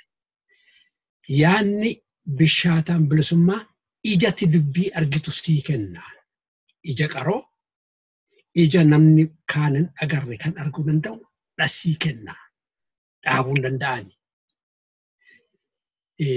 Yaanni bilisummaa sanyiidha beektee bakka tokkoo ka'ee bakka biraatti hin biqila. Inni biqilu kun isa bakka siraa duraan turte argita sana caalaa humna qabeessa sanyii guddaa kan kennuu danda'udha ta'eetu mul'ata. Yaanni bilisummaa abdii sii kenna. Sabboonummaan abdii sii kenna. Rakkina keessatti humna sii kenna. Onnee leencaa sii kenna beektee sabboonummaan. Kanaafi waraanni bilisummaa Oromoo bosona keessatti onnee leencaa qabaatanii qawwee gurguddaa meeshaa gurguddaa isaan irratti dhukaasamuu jiru kana fuuldura dhaabbatanii kan jiraniif. Maaltu kenneefi? Sabboonummaa sanatu kenneefi. Jarri kun warra ammas warra kaanis warra sabboonummaa kana keessatti jiraatan barataa gaarii ta'anii ba'u beektaa. Barataa baradheetan uummata koofan ta'a kan jedhanii ta'anii ba'u. Yoo hojjetaas ta'e uummata koofan hojjedhee uummata koon tajaajila more effectively jedhanii ba'u. Warri sabboonummaa sana garuu keessaa hin qabne maal ta'u seete akkuma warri politikaa jedhanii gaggeessan kana maalan nyaadhaa eessaan anaanataa eessaan sobaa sana keessatti ba'u. Addaddummaa guddaatu jira kana keessatti. Kanaaf jaallatanis yoo jibbanis humna qabeessa kan ta'ee bahaa jiru kan ba'u sabboonummaa sanadha. Ija qaba hin arga. Ija eenyuu argu miti. Ija qaroo ta'ee kaattuu qaba hin balalisa bakka hin geenye hin ga'a. Akka sanyii mukaa bakka hundumaatti biqilee biqillisaa more fruitful ta'ee ba'a. Abdii kenna. Onnee leencaa wanta namaa kennuuf sabboonummaa Oromoo dhaabuu hin danda'ani gonkumaa. Sabboonnonni Oromoo at the same time sabboonnonni Oromoo har'a jiran warra reefu waa'ee sabboonummaa Oromoo barachaa dhufanii jira kanatti baga nagaan dhuftan jettanii jedhanii simachuun isaanitti jira. Warri kun warra dhufaa jirudha. Itti guddachuu danda'u gara fuulduraatti. Kanaafuu isaaniinis carefully handle gochuun barbaachisaa jechuun barbaadanii Solomon. Galatoomii Dr. Beenyaa. Professor Asaffaa Ismummaatti gaaffii sanatti dabalaati amma inna uummati amma keessa gara dhiyaa jiru. Amma haalli adda bilisummaa Oromoo kun dhiya qophaa miti kan inni jiru. Baha Oromiyaas jira, Gujiis jira. Amma baha Oromiyaatti Somaalii yeroo isaan dhufanii waan meeqa godhan iyyuu isaanitti hin dirmanne amma iyyuu dirmataan jira. Amma gidduma kanallee rakkina guddaatu ture. Gujiitis akkasuma. Haalli isaan itti jiran amma biyyaati namoonni uummati kan inni gongomuu jalqabeetu jiru iyyuu kun immoo ilaalcha gaariin ta'u gara hamaatti adeemuu mala kana jaala. Beekaatii dadhabsiisuudhaaf manni tamaarii hin jiru, naggaadeen nagadataa hin jiru, qotee bulaan qotataa hin jiru, inni barate barateen hojjetaa hin jiru. kan isaan waliigaltee Eertiraatti godhanis haa ta'u eddasii abbaa gatii gadaadhaan godhanis kan isaan hojiirra gochuu dhiisee kan Dr. Abiyyi isa hojiirra oolchuu dhiisee waraana banee irratti holola afuufaa jiruu fi uummata kana asreet godhee dadhabsiisuudhaaf iyyoomsuudhaaf yeroo inni iyyoomu harka kenna jedhee waan yaade fakkaataa kan jedhanii gungummiin jalqabee jira jechuudha. Karaa baasa akkasii karaa dhiyaasatti naannoo sochiin jiru kana akkasitti isoleet godhee keessumaa amboo kanaa kaasee amma gara gadiitti kan jiru. Akkamitti ilaaltu isin waa yaada kana maal jettu? Waanuma sana fakkaataa garuu Prime Minister Abiy fi warri isa gorsanii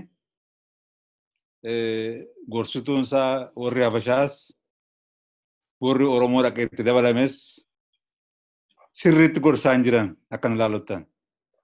Inni illee militaristic mind waa'ee humnaan nama bituu yeroo gabaabaa keessatti diktaatorii ta'uu dandeenya kan jedhu waan isarraan eegamne haasa'uu calqabee humna qabaachuu waan barbaade hojjechuu barbaadu fakkaata kan ilaalutti. Kun immoo poolisii madur Mallas Zeenaawii Hayilamaariyaam faas gaggeessaa turanidha kun. Maali iddoo Oromoo keessaa iddoo tokko tokko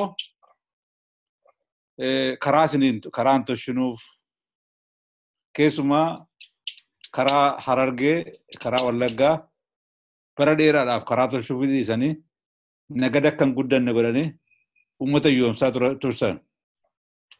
Karaa Gajjallaa Baalees akkasuma godhaa turan. Sababi isaa addi bilisummaa Oromoo dhufee isiniif toshuu jechaa turan. Yaadi isaa maaliifi yoo akkas goone adda bilisummaa Oromoo jibbaniitu rakkinarraan kan ka'ee nutti geeddaramuu jedhu. Kuni saayikooloojii uummata namaa wallaaluudha kun.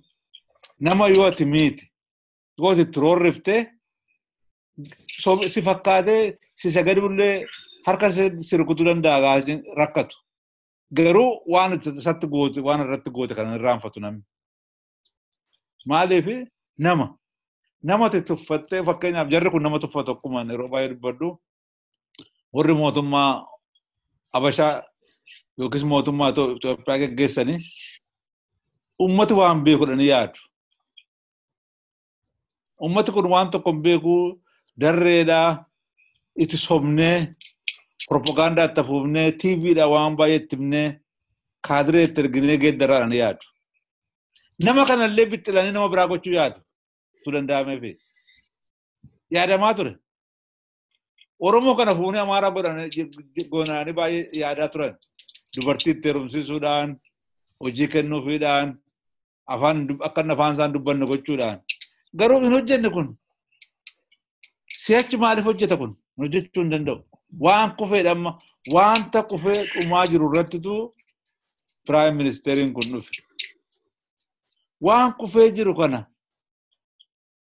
lubbuu itti horeenanii waan biraa godhee gamnummaan jedhanii yaaduu dhiisee utuu dubbiin kun baay'ee hin deemin ani immoo gorsa biraan kennaaf addanaa. Kana dhiisee dafee uummata Oromootti araaramee jaarmotii Oromootti warra lolu kanas araaramee mareedhaan ilaa ce'umsa kana gara demokiraasiitti ceesisuudhaaf kottaa waliin mari'annaa mareedhaan jedhanii poolisii tiraanzishinaal poolisii toshanii kunoo akkasitti hin deemnee yeroo ce'umsaa kana akkas akka goonee gara fuulduraatti mootummaa demokiraasiitti ceesifnedhee jiraajjiin gattaa'ee mari'atee yoo adeemitu isaaf gaariidha. Yoo kana godhe maal ta'a? Yoo elekshinitti deemes chaansiin mo'achuu hin jira. Amma garuu qawweedhaan tumee gowwoomsee Oromoo irratti kaasee Oromoo iddoo biraa Oromoo Maccaa kan Jimmaa Oromoo Maccaa Wallaggaa irratti kaasee Oromoo Maccaa Iluu Baabur isa kana irratti kaasee Oromoo Arsii warra Maccaa irratti kaasee Oromoo gargarreetu filamna jedhanii yaaduun kun yaada salphaadha. Garuu yoo waan gaarii hojjetetu irra filatamuudhaaf carraatu jira. feetun warra adda bilisummaa Oromoo fa'aa mootummaa Itoophiyaa irratti dhimma qabaatanii badaa dhimma qabaachuu dhiisuu danda'u mootummaa Oromoo biyya Oromiyaa irratti aangoo qabaachuuf barbaaduu hin danda'u ta'a. Kan Itoophiyaa kana itti darbee Amaarreessaa filee nama biraanis filee iddoo sana argachuu danda'a ta'a. Otoo akkas godheerra yaadee gaarii natti fakkaatanaan. Yoo yaaddoo qabaate immoo kun waan akkasiin fedha. Gara fuulduraatti filameen akkuma inni yaadu pirezidaantiitti geeddaruu barbaadanii wanni konstituushinii pirezidaantii ta'uu barbaada. Pirezidaantii ta'uu barbaadees kun yeroo kanan godhaa waan gaarii hojjedhaa pirezidaantiin ta'a. Na gargaaraa jedhee gadi taa'ee jira kana wajjin haasa'utu irra gaariidha. Openly. Ol gowwoomsuun dubbisu waa keessumaa nama guddaan namni iddoo mootummaa qabaatee jiru sobuun qaanii guddaadha. Maaliif eenyuun gowwoomsina? Jeneraallis waan inni jedhe baay'ee nama qaanessaa. Waan piraayim ministeeriin jedhes baay'ee nama qaanessaa soba. Ijoollee xixiqqoon illee beetti kana. Nama guddaan sobuun irra hin jiru. Karaa irratti deebi'anii akkuma gaafa dura nagaadhaan calqabe sana nagaatti itti fufee irra gaariidha. Gara nagaatti deebi'uutu irra gaariidha. Adda bilisummaa Oromoollee nagaa barbaadee jara kana wajjin haasa'uun waliin nagaadhaan haasa'anii dhimma kana fixuun isa adda bilisummaa Oromoollee gorsan itti kennaa adana taa'ee. Lachuun isaaniiyyuu mari'atanii nagaatti ce'u. Keessumaa immoo mootummaa kana irratti dirqama guddaatu irra jira. Horii biyya sanaatu harka jira. Wattaadara Tigireen ijaarteetu harka isaa jira. Biyya lafaarraati maqaa biyya kanaan liqiifuudha. Kan isaa miti kun kan uummata Oromoo kan uummata kaaniiti. Kana hubatee iftaa accountabilityidha. Dirqamatti kenname kana akka inni bahu yaadan kennaaf. Dafee kan karaatti deebi'u yaada obbolummaan dabarsaaf galatoma.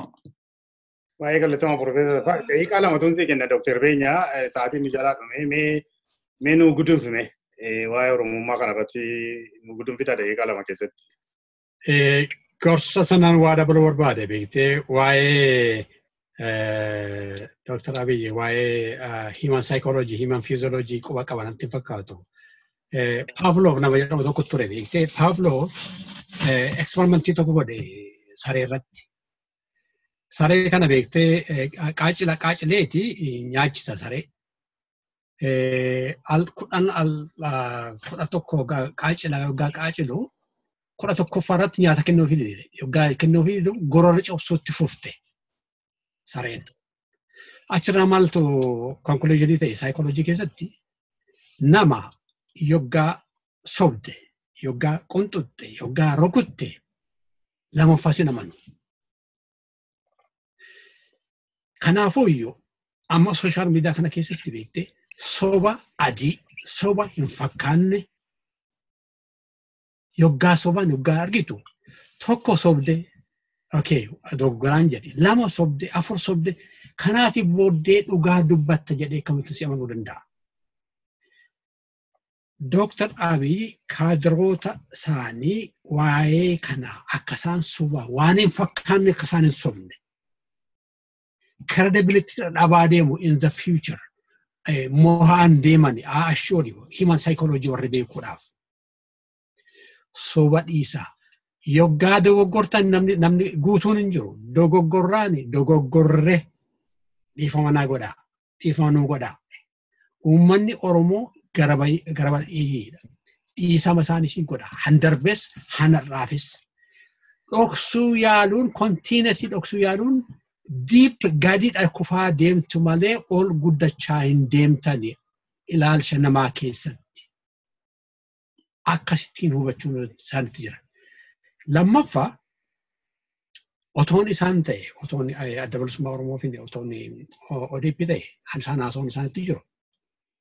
Openly adda bilisummaa Oromoo mootummaa Itoophiyaa sanaadhaaf fedhii qabanatti hin fakkaatu. Adda bilisummaa Oromoo kanaafuu iyyuu paarlaamaa federaal Itoophiyaa sanaadhaaf ani nu Iraaniin goonu. Isiniifini ofeekoon isaaf raanii godha, kompiitii godha. No yoo dandeenye Oromiyaa dhuunfachuu sanarratti bobbaana. Akkasittiin yoo barbaadde piraayim ministeriis ta'e jetti pirezidaantii ce'uu carraasiif kennamaa. Garuu yoo nuyi hannu wajjin dorgomuu dandeessu Oromiyaa keessattidha. Han Oromiyaa irratti jedhanii addaan baafachuun isaaniitu jira. Politikaan kun artiidha. Artii kennanii fudhachuu. Yookaan akkasumas jedhu kana principle of democracy compromise gochuu miti. Yes, compromise gochuudha. Garuu transitional period kanaadhaaf akka amantaan isaan iddoo irratti guddatuudhaaf waan akkasiifaa ta'anii haasa'uun isaanitti jira. Anatollee miidiyaatti fuudhee malee waan irratti haasa'uun isaanitti jiru taa'anii mari'achuun itti jira openly waan akkasii kana. Uummanni keenya waraanaan barbaadu, uummanni keenya gaaga'amaan barbaadu, uummanni keenya sobaan barbaadu. Dhugaa walitti himanii dhugaatii irratti hundaa'anii mari'atanii kennanii fudhachuudha. Warri Oromoonni alarraa galas immoo adara Waaqayyoof jedha. Waan hin taane hin dubbatiina, waan hin taane hin ta'ina. Gar tokko keessanii ni beekna. Gar tokkoon keessanii isin unu caalayyuu ofiin keessanii of beektu. Dhugaa kan hin taane, han hin fakkaanne nutti ni beena. Namni narratti hin beeku jettan ofii keessantu sitti fakkaata malee hedduu arguu danda'ama. Ifaadha uummata Oromoodhaaf. Bu'aa han qabaannu uummanni Oromoo kan bu'aa qabu tokkummaa sanarratti. Nagaa sanarrattidha bu'aan argamu. Kanaafuu waa'ee nagaa barsiisaa, waa'ee nagaa irratti hojjedhaa. Dubartoonni keenya keessumaatii. Yeroo kamiyyuu caalaa siiqqee keessan fudhadhaatii ka'a. Siiqqee keessan warri kabajaa isiniif hin kennan yoggaa ta'e. Yeroo ammaa kana sooshaal miidiyaatu jira. Sooshaal miidiyaa irratti akka uummanni Oromoo sin dhaga'u godha. Achirraa kaanee namni instituushinii Oromoo hin kabajne balaaleffatamaa akka ta'e akka irratti kampeenii gochuu kan dandeenyuudhaaf siiqqee keessan fudhadhaatii ka'a. Nagaa keessan eegsisaa, nagaa hawaasa keessan eegsisaa, tokkummaa keessan eegsisaa jechuun barbaada. Galatoomne. Baay'ee gaariidha. Egaa hordoftoota keenyaa waa'ee Oromummaa irratti seenaa ta'ee rakkoo amma jiru irratti warri ogeeyyiin keenya yaada isaanii nu dhiyeessaniiru. Yaadi kun immoo kan mataa isaaniiti malee yookiin kan ONN yookiin kan dhaaba tokkoo miti. Akkasiin nu hubattaniin barbaada. Kana irratti dabalee kan jechuu barbaadu waa'een Oromummaa balleessuu kuni akka inni baduu hin dandeenye. Yoomiyyuu baduu hin danda'u. Baduu asiin duras hin badne ammas hin baduu gara fuulduraattis baduu hin danda'u jechaadha. Walloliinsi wal ajjeesuun, wal ari'uun, wal hidhuun asiin duras furmaata hin taane ammas hin ta'u. Gara fuulduraattis ta'uus hin danda'u. Saba tokko immoo gara moggaa tokkooti bahaaf dhiyaan gargar baasanii walitti naquu yaaluudhaaf saba kana addaan qoodanii hiyyoomsuu yaaluun, gadadoomsuu yaaluun, waraana itti ajajuu yaaluun karaa kamiinis akkas hin baafne mootummaas hin baasu, warra kaanis hin baasu waan ta'eef kun itti baay'isee itti yaadamuu akka qabu waliin dubbanne jechaadha. Kanaaf kan amma maatiin hordoftanii nu dhaggeeffachaa turtanii fi hedduun isin galateeffadhaa. Ani kan Qopheessaan Solomon Namarraati. Nagaa Waaqayyootiin bulaan isin jedha. Nagaadhaan. Nagaatti.